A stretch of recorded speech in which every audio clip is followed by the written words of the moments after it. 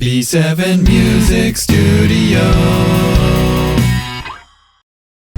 Pitch is how high or low a sound is. For example, here's my voice at a really high pitch. And here's my voice at a low pitch. if we look at the sound wave of pretty much anything, we can see these fairly regular waves. Sure, there might be some small ripples on them, but the basic wave stands out visually. And as it turns out, it stands out to your ears as well. If you counted how many of these waves happen per second, and good luck with that, you would get what we call the frequency.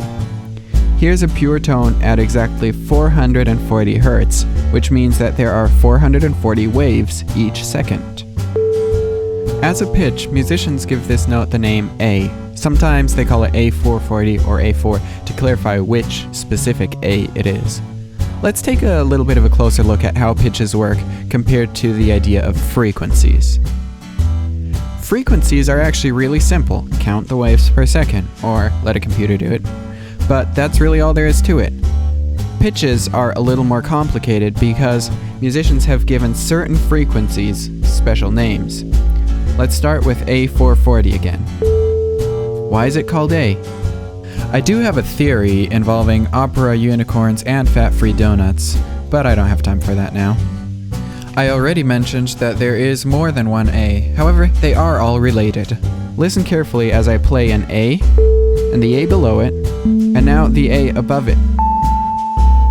If we measured these frequencies, we would get 440, 220, and 880. As it turns out, you can find any A just by doubling or halving the frequency over and over.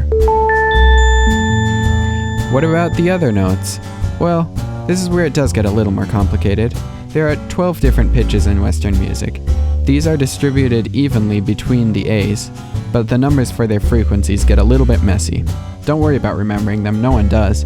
For all you math nerds out there, yeah, the distribution is logarithmic, not linear.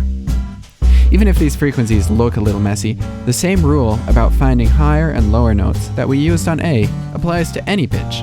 Want to find a higher F? Just double F's frequency. Let's switch gears a little bit and look at audio production. Sometimes, producers want to change the pitch of something. There are a million reasons to do this. It can be something pretty simple, like fixing a sloppy sounding snare drum, like this one, by making its pitch higher.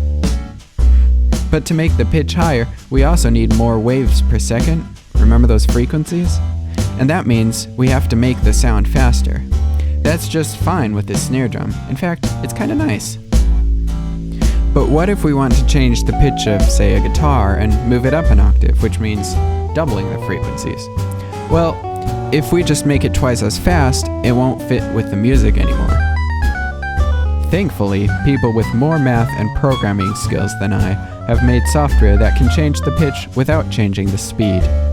The program will look at the wave really closely and try to figure out how to repeat it an extra amount of times, so that when we tune it up, the music still happens at the same speed.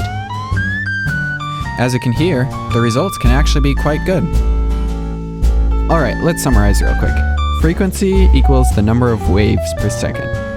Pitch is just special names for certain frequencies. When we change the frequency, we also end up changing the speed, unless we fix it with some fancy math. I guess that's pretty much it. B7 Music Studio.